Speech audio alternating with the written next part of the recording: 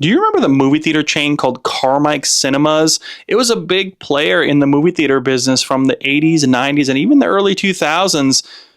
So what happened to it? Before we talk about Carmike Cinema's rocky past and what happened to the brand, I vividly remember back in the 90s getting the Sunday newspaper, which was a much thicker newspaper, a lot of ads in there, the bigger sports section, and there was even a section for movies and entertainment. And back then we didn't have the internet, we didn't have smartphones, we didn't have the AMC app to check movie times. So either you called the theater or you grabbed that clip on that page to look at the movie times. And sometimes they'd have a little review on there because there wasn't any Rotten Tomatoes at the time talking about, this is Toy Story.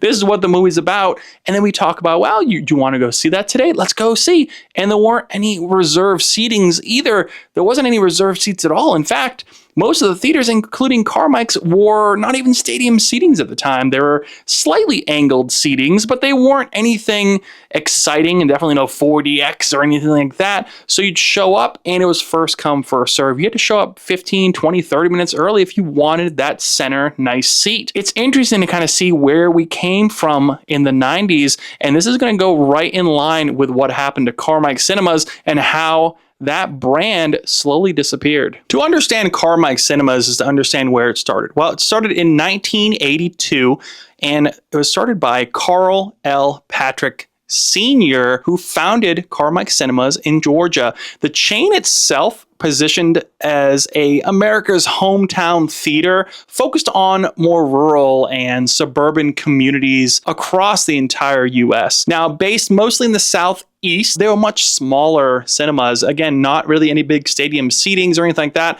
Usually maybe 2, 4, 6 screens max in a building. So a much smaller operation, but still that hometown feel where if there was nothing else going on, you can go to Carmike and experience a movie. Well, throughout the 80s, from 82 all the way through the 90s, Carmike was expanding rapidly, buying up a lot of theaters around, and we'll talk about those in a minute, but expansion has its growing pains. And by 1997, Carmike operated 2,600 screens and 430 locations in 37 states, which at the time made it the third largest cinema in the US. To put the expansion into perspective on how quickly this company expanded, in 1990, they had 200 locations, and then 5 years later, in 1995, they went up to 350 locations, and then within 4 years later after that, in 1999,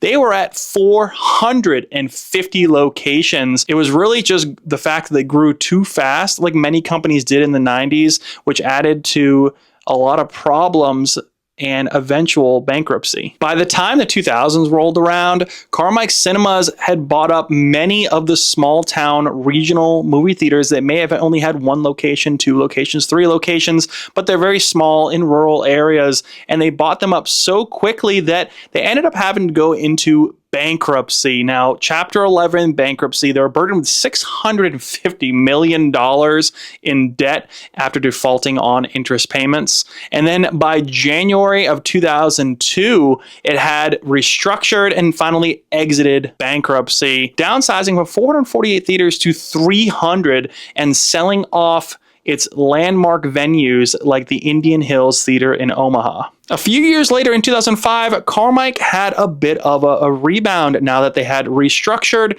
and fixed some of the growing pains they experienced in the 90s, and they purchased 30 GKC theaters, about 263 screens for $66 million, and that really solidified it to help it in the mid-size market. They needed more theaters in a little bit closer to city centers because at the time, AMC and Regal really owned the show for a lot of the cities and the more urban areas. Fast forwarding to 2013, Carmike Cinemas is still trying to grow. They're trying to grow a little bit more cautiously than they did in the 90s. They understand the market, and at the time, we still had Blockbuster, we still had Hollywood Videos, we had this growth of this movie industry that was still had somewhat of a momentum. So of course, what do you do when you see momentum? Well, 2013 brought about the purchase of acquiring 9 Movico entertainment complexes, which were throughout Florida, California, and Illinois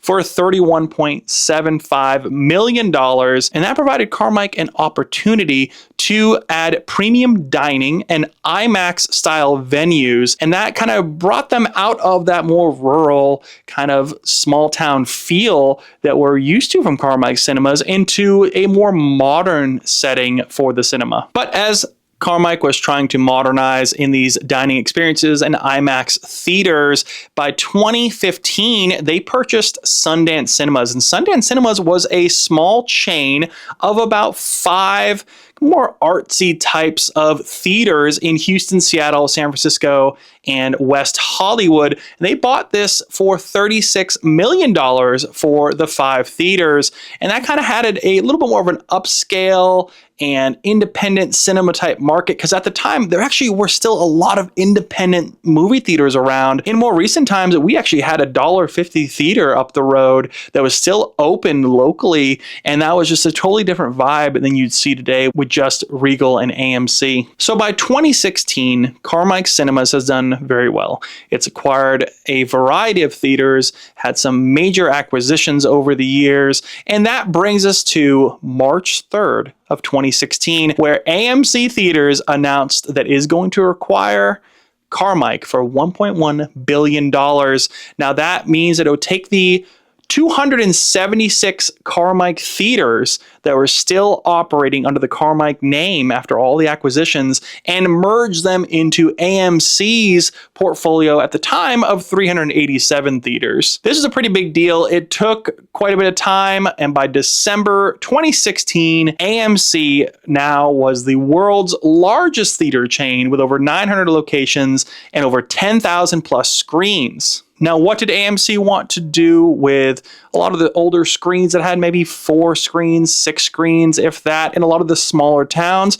Well, they didn't want to get rid of them. They couldn't really afford to upgrade them all to have stadium seatings and eventually having reclining seats and a reservation system. So instead, they named a lot of those theaters AMC Classic. And by February 2017, all of the Carmike Cinemas logos were removed, and AMC Classic was now the new branding for those small town theaters. And now in 2025, a lot of the AMC Classic theaters are going away as well. A lot of them being renovated or even torn down and rebuilt so that AMC can go and provide more of a modern day movie-going experience with reclining chairs, reservation systems, better amenities like dining and IMAX screens and Dolby.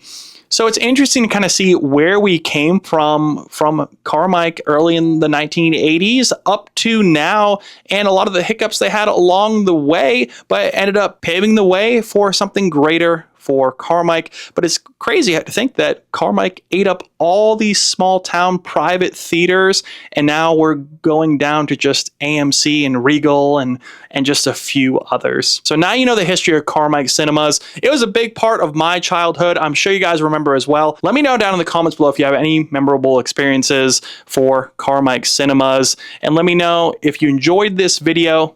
Be sure to hit that like button. I'd love to see it. Thank you so much for watching, guys, and we'll see you in the next movie review.